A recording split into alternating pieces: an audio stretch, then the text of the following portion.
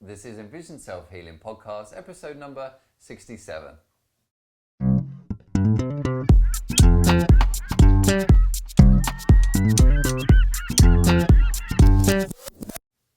Hi, I'm Will Fuller. And I'm Richard Miller. And we're the co-creators of EnvisionSelfHealing.com, and we're dedicated in helping you improve your eyesight and quality of life by taking healing into your own hands. Now, if you haven't had a chance already, then don't forget to head over to the Envision Self-Healing website, where you can get your hands on a free ebook that's got 10 top tips on how you can start improving your eyesight in our modern day world.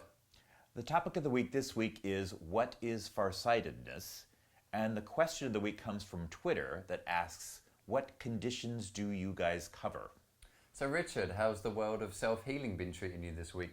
This week sucks, basically. It sucked big time, so. It's the world of, I guess that's why we say the world of self-healing, because it is full of its ups and downs. This was a big down week, shall we say, for complicated reasons. But so in terms of relating this to vision, so I was under a tremendous stress this week, as you were too, and spending a lot of time on the computer researching stuff that was imminent and important. And so the only thing I can report is, despite the eye exercises, there were two phenomenon happening that people might relate to, because they would have these same experiences, maybe just in their everyday life, actually, because everyday lives these days are stressful. So I had a headache that radiated. The interesting part is it kind of went behind my left eye. Okay. So this is the eye, my left eye is my non-dominant eye. I have a right dominant eye. So it's interesting that the pain actually went to the eye that I use less. The weaker eye. The weaker eye. Okay. The other phenomena that's related to this is, when I got under stress, I stopped fusing close up when I'm doing this intense close work. Right. My left eye just bailed, and I found myself having trouble fusing again close up. So how do you think then that the exercises kind of helped with this? Because you could imagine somebody going through the same process but has no knowledge of eye exercises. Yeah. At least you're able to maybe look at some of the fusion exercises, to maybe obstruct the left eye if it feels strained, or palming, or... That's exactly what I did. So for the headaches, palming was my first instinct, and that did help. Nice. Sleep helped too. that was part of it, is like when you don't get sleep, it does affect your vision as well. Yeah, definitely. So getting more sleep and palming helped that part of it. With the fusion problem, I would notice it as I was doing work, and I would just simply cover my right eye, work my left eye a little bit, and then uncover it, and they'd start working feeling together. better. Yeah. And I could only imagine, because like you say, this week, also doing a lot of work at the computer and paperwork. And again, I remember in the midst of it all, because it kind of feels like a bit of a whirlwind when you're in those stressful days, is that I was kind of, my exercises were my fallback. Like I could really feel my right eye straining where I was really overworking it. And then I knew to try and obstruct. I wasn't doing it as much as I hoped to, but it was almost like damage control at that point. It was like trying not to hurt my eyes too much. So I kind of really appreciated the eye exercises this week, as far as that is concerned, because it was a fallback. Even though I wasn't doing my full program, it still allowed me to function. And like you say, you were even experiencing headaches and stuff. Yeah. And that's even worse, right, when you're in a stressful situation, and then you got a headache on top of it all, and all the rest of it. Yeah. So your week wasn't much better, but I want you to tell us about your week. Well, just what I was saying there, that I guess that I kind of noticed that my fallback was those exercises, and they really did help. Good. I still felt the eye strain coming on, and we won't go into it now, but there is a lot of reasons why you would also start feeling strain when you're stressed in your eyes, because of the sympathetic nervous system, the fight or flight response. It does contribute to that. And it was really nice for me, even though it was stressful, to see how those exercises really helped me kind of get through that stressful part. And now I'm kind of through that the other end, so to speak, and I don't feel like I've damaged my eyes. Right. Whereas maybe before, I would feel like it would take me a week or two to try and get back on track. Yeah. So I kind of feel pretty lucky, actually, Yeah. that I had that knowledge of the eye exercises this week so that I could go to them. And I guess also making sure that I took those breaks, doing a bit of periphery, which the psychology of which is you're taking the focus off the central vision and tuning into the periphery, which when you're in a stressful time, it can be a nice opportunity to bring some perspective and whatnot, and just have a bit of a timeout. So I guess I just really appreciated the exercises in that moment. Good. And certainly a sign there that when we talk about self-healing, it's not always a nice jolly ride, and that it's not all about just, I guess that's why we say vision improvement and quality of life, because it's not just about improving your vision, it's also about that quality of life aspect and how you kind of cope with it in the moment. Yeah. Okay, great. Well, I think that's a good time to move on to topic of the week.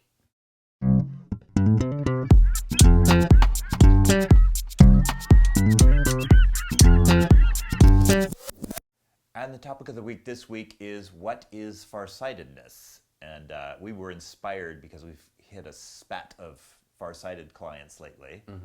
We could probably find a more positive term than The spat. Is that a British term? I don't know. It sounds British, right? If you spat on somebody, then you'd be spitting on Maybe I'm completely using the I'm wrong sure term. it is. I'm sure I've missed that one. Yeah. A string, maybe. There we go. String's better, Or yes. a positive collection of individuals. a bevy of farsightedness. There we go. Right An there. array. Yeah. A gaggle. And well, okay, now let's move on. So farsightedness is basically, the condition is your eye, well, let's be clear about this. This is hyperopia or farsightedness, and it means your eyeball is too short. It's no longer a round sphere, it's flattened in, squished in on the front and the back, so it's short from front to back. Yeah, it's kind of, it's the opposite of nearsightedness, and I know that sounds obvious, but the actual condition itself, because in nearsightedness or myopia, it's where from a young age the eyeball gets elongated and then it kind of stays in that position so the image doesn't fall on the clear part of the eye so you don't see clearly. And then the opposite is true with farsightedness, where the eyeball is too short, and I mean, either, I guess that's from, because the eyeball starts off short, right, and then as you grow it does elongate to a point. Yeah, everybody, all humans are born farsighted as babies, and then as the eyeball grows, you become, the goal is when you reach 20 or so, your eyeball is the perfect sphere. That would be the ideal. Yeah. And you're neither nearsighted nor farsighted.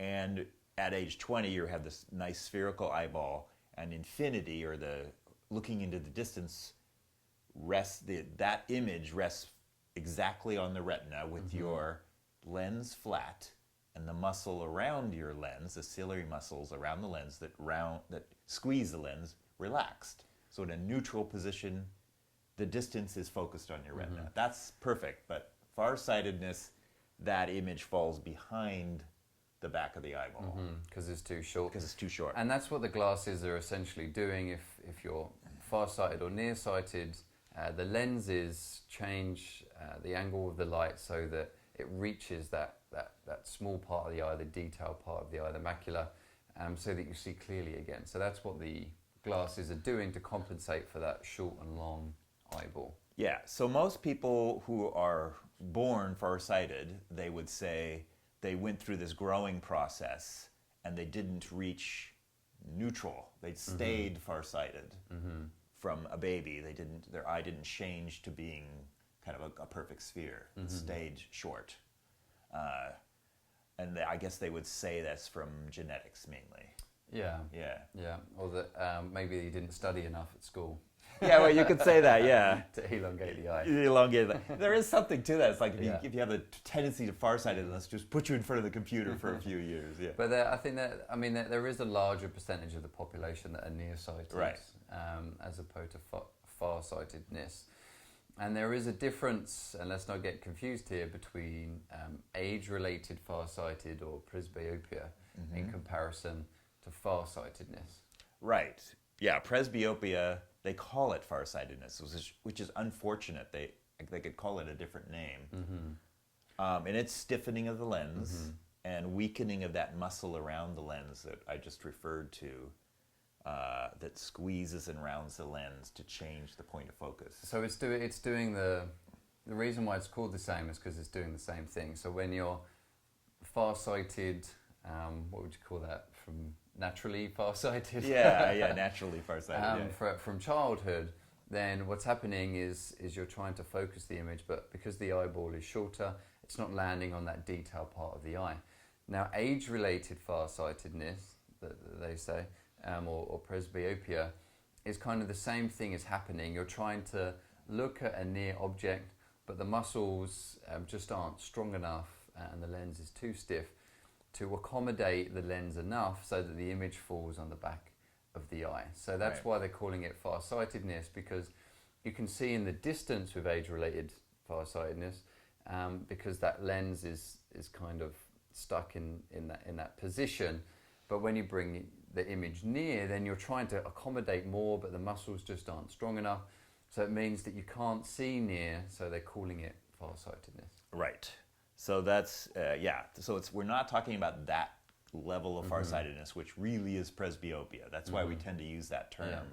And we have gone into more detail on that if you want to check out some of the previous podcasts. The way you can tell is if you're 35 plus and you didn't wear glasses beforehand, then there's a high chance that you're experiencing presbyopia. Yeah. Whereas if you wore glasses as a child, then you know it's something that you were kind of born with or that you had as a kid, the farsightedness.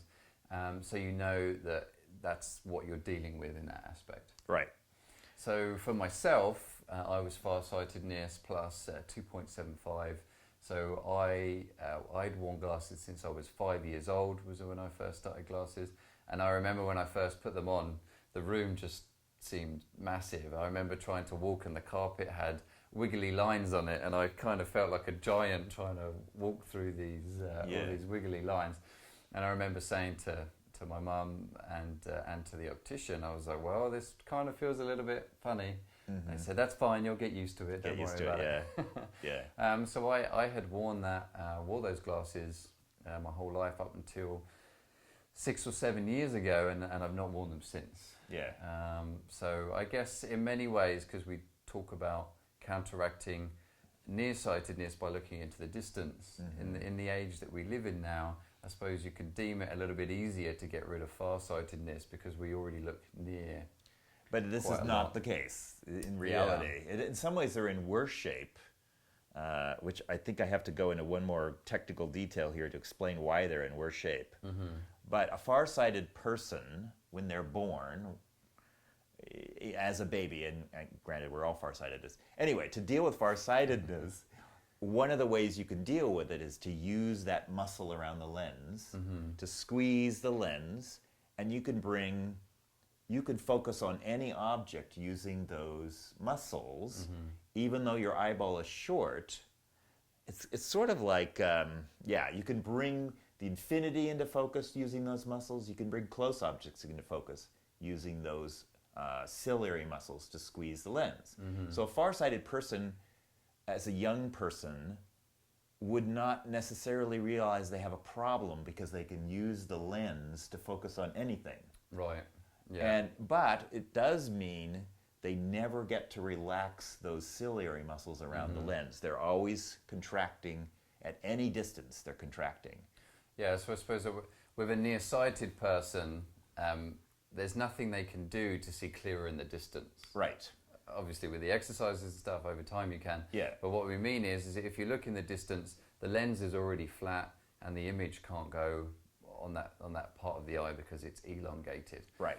But with farsightedness, because it's you can accommodate looking far or near, and even looking near, you can kind of really accommodate, and that's going to allow the image to really squeeze on that shorter eyeball. Okay, got a photography analogy again. Okay, All great. right, yeah. So imagine, in a lens on a camera, you crank it all the way to infinity, right? That's kind of the relaxed position of the eye. So now it's an autofocus lens. Right. So you're starting to focus on things, and it's going to try and focus on something closer, right? Yeah, got that. Now imagine that you're a far-sighted person and this camera is your eye visual system. Now, far-sighted person, even in infinity, it's going, it's trying to find that point of focus. Right. Close, it's trying to go to try and find the point of focus. So you can imagine the motor on that lens, that autofocus lens, is always being used.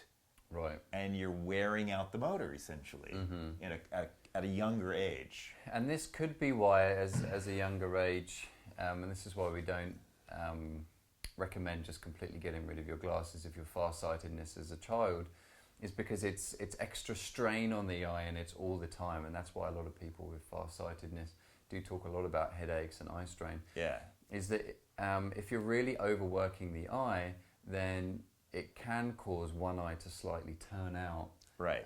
Because you've just kind of blown a fuse, so to speak, and the eye is really struggling to work, and it kind of just pushes one eye out because of that. So it can be not necessarily common, but we do find people that are farsightedness also have what we call strabismus or lazy eye. We're going to look at that in future podcasts, where one eye turns out. Turns out or in, depending on how it's going, So the reason why we're saying this is it's very important, and we're going to talk about how to help this next week, that you don't overdo it with the exercises and that you are already working. That muscle is already under a lot of strain.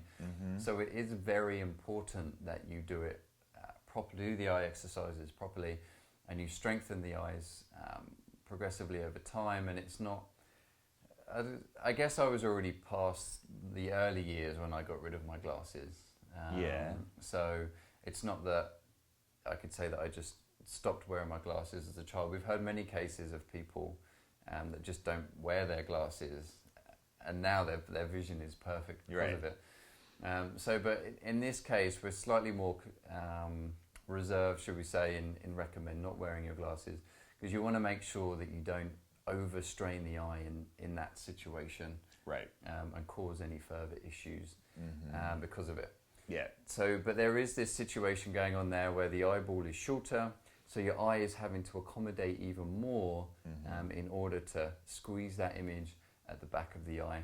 And it's an important one to understand, because next week when we talk about what eye exercises are good for farsightedness, that you'll appreciate why they're kind of a little bit more on the relaxation side, right, integrated with some strengthening exercise.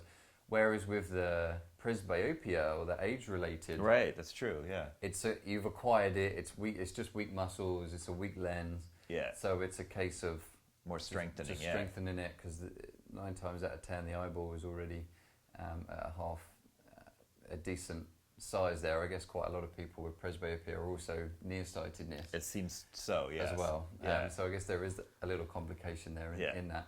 But you're not then having to overwork it in order to look from near. I guess it's kind of like what the convergence exercise is doing in many ways, is you're over accommodating to build that strength. Right. In that. So there we are then. Any more things there, Richard? That I would just say that if you do have farsightedness, watch out for a lack of fusion, like I was talking about earlier in this podcast with myself. Watch out for your eye becoming amblyopic, turning in or out, and becoming uninvolved in your visual system. Right. That's one of the phenomenon. And then watch out for early presbyopia, because you've used the ciliary muscles so much in the first half of your life, you may get presbyopia at age 30 as opposed to age 45. So. Yeah, and that might be why you're finding, and maybe a lot of people watching this now is because they've just gone back to their doctors after a steady prescription, and all of a sudden you're mid-30s, 40s, and all of a sudden it's jumped up and they're telling you to get stronger prescription. Right. And that you don't want to do that. And so what we're saying here is a big part of that is because you're then also getting early presbyopia, which they recommend happens to everyone, but around the age of 45. And you'll probably be noticing it about 10 years early, about 35. because you're overworking those muscles and they're becoming weaker. And I think you would be also more, susceptible to eye strain, really, because of the overworking of the accommodation of those muscles that you use to focus. If you're overworking them so much in your life, you're basically a candidate for eye strain in your 30s and 40s. Well, and we're finding this with people with no eye conditions, perfect 20/10 vision, but they're spending long hours working from near. That's because of that over-accommodating and the strain that you're putting on the eye. Now take somebody who is accommodating even more on top of it, then you could imagine how you're experiencing even more. Sorry, farsighted people, you are really, you are in trouble. So. So, but what's good about it, and in particular like myself, I used to be farsighted. I'm not anymore. I don't have that eye strain. I don't need glasses for being farsighted anymore. So it is a very controllable condition more than, say, a retinal condition or something. But you're a bit of the canary, right? Because if you put a farsighted person under more strain, they're going to react worse than other people would. And this, again, this is the advantage, I guess, a little bit more of having access with a vision improvement practitioner, or even just joining with us, or with the coaching calls that we offer through the Express, is because everybody is different, and if you just pick up an eye exercise book, it's just going to say do these exercises. And you could be putting more strain on your eyes just by doing the exercises, as opposed to kind of having those questions answered, exploring whether you are having eye strain and whether you should be jumping straight to the strengthening exercises, or whether you should be doing relaxing exercises in the first place. I kind of feel like we tried to, I don't want to use the word accommodate, excuse the pun, that in our programs a little bit, because we try to be generic, because we know not everybody can afford to go and see a practitioner or have a session with us on Skype or whatnot.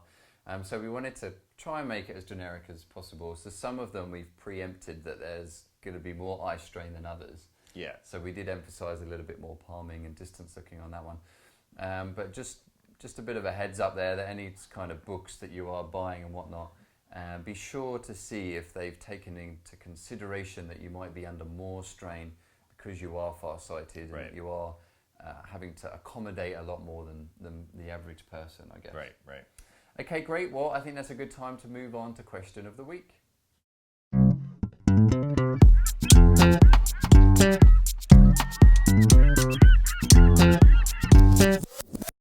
And the question of the week this week comes from Twitter, and this person asks, what conditions do you cover?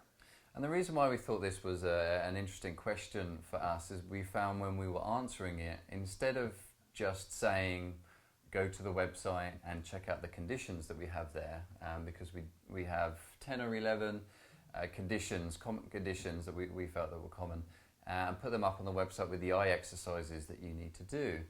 So when this person said, what conditions do you cover? Our initial response was just to maybe list the 11 that we have on the website, or say go to the website. But we realized that, really our work pretty much works with every condition. But I'm always wary of people that go, oh, I work with everything. So it's like, well, how can you work with everything if you don't know what it is that I've got? And we wanted to answer this a little bit more detail. Again, it's quite hard to explain in 140 characters in a tweet, which is always interesting trying to fit that in. Life is more complicated than 140 characters is the reality. I think that should be a good tweet. I think you should tweet that now, Richard.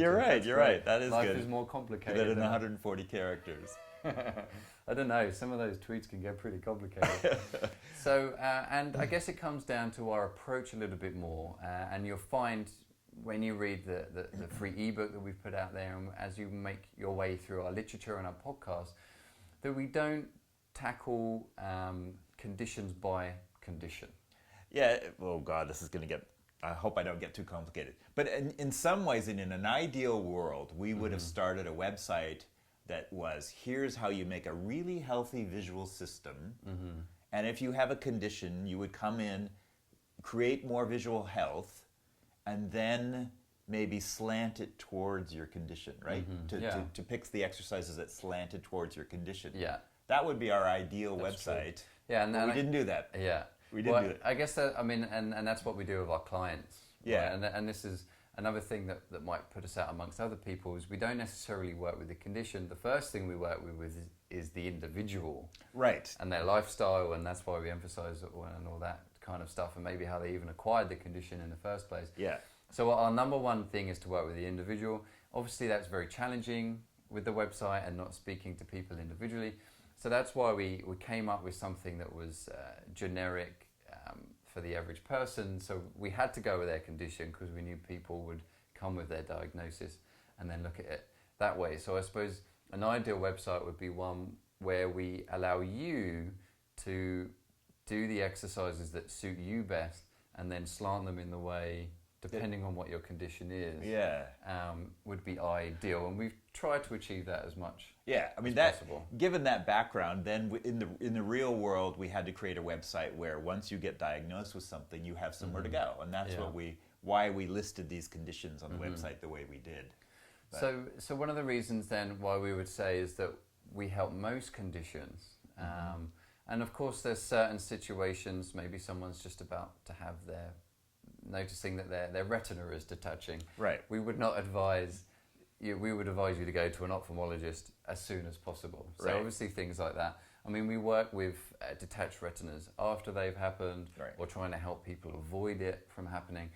But the reason why we would say most conditions is because we're working with particular aspects of the eye. So say somebody says, well, I'm undiagnosed. I don't know what my condition is. But if your symptoms is, say, something to do with the retina, then we know to look at the exercises that help with the healthy retina. Right. And then we also, the exercises, backing that up with exercises that help the whole visual system. Because it is a holistic approach. We want your whole eye to be healthy as well. And you're right, we then pick ones that deal with that part of the anatomy that they're dealing with. So if it's something to do with your lens or to do with the ciliary muscle or refractive errors, then we know that we want to start looking at exercises to help with the ciliary muscle and whatnot. So we can work the exercises around the conditions to help strengthen it. And then just like Richard was saying, with a holistic approach, getting more blood flow in any situation is good. So working with the body in that aspect, getting better nutrition is always going to be better with the visual system and to help the eye heal itself as much as possible. And then with the exercises, we're then looking to adapt it. So we wanted to explain a little bit more why we feel that we can help most conditions, because it's a case of adapting the knowledge to the individual, to their symptoms, to particular anatomy where they're having the symptoms. So it's kind of the other way around to a lot of practices where they just treat the condition. Yeah, and that's sort of the medical model. You get diagnosed with a condition. You know, I have the X condition. This is the recipe or formula for dealing with that condition. So we're kind of stuck with that medical model being superimposed on a model where we have a more holistic approach. And I suppose that's why we do get a lot of people where they've kind of, the medical model has run out. Because it's like, you're feeling pain, take these painkillers. Okay, well, I've taken the painkillers, but I'm still feeling pain. It's like, okay, well, then let's remove this part of the body that's feeling the pain, and then they remove it. Well, I'm still feeling it. And then after a while, it's kind of like, all right, we've run out. We've run out. So, but this is the other way around, taking you as an individual, using the exercises to then work with the vision, maintain your vision, and then over time strengthen it. So certainly an important one to try and get your head around, and also why people struggle with this approach in the first place, because they will contact us and just say, tell me the exercises I need to do, just give me the 1 or 2 exercises, how long I need to do it, to get rid of my condition. And it better work fast. But you could probably understand now why we can't just do that. It doesn't quite work that and way. why most holistic natural ways of healing can't do that, because the body does take time to heal, and you have to take a lot of things into consideration in order to help. Okay, great. Well, we hope you enjoyed this week's podcast. If you want to know a lot more information about eye exercises, then head over to the website envisionselfhealing.com, and you'll find a whole library of eye exercises there, free for you to check out. And we've written up all the details there with some small videos there on how to do them. And if you have a particular condition, even though we've just spent the last 5 minutes talking about how you need to be personalized, but if you want to get going with your eye exercises, then we do have a list of conditions there that are going to help you. You could also follow us on Twitter, and indeed check out our Facebook fan page and like our fan page over there and start getting involved in some of the discussions. And we also post pictures and information from time to time up there on that. You could also, if you're watching this on YouTube, then click the subscribe button and check out our YouTube channel as well, where there's a lot more videos and a lot more information on the eye exercises. You could subscribe to that as well.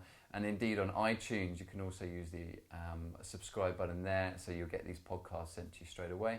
And finally, if you really want to get a nice background introduction to a lot of this stuff, then don't forget the free ebook where we do go through the basics of the anatomy of the eye and indeed how the eye exercises can help it and then help you and your condition. Okay, great. Well, good luck with your eye exercises this week and happy healing. And have a good week.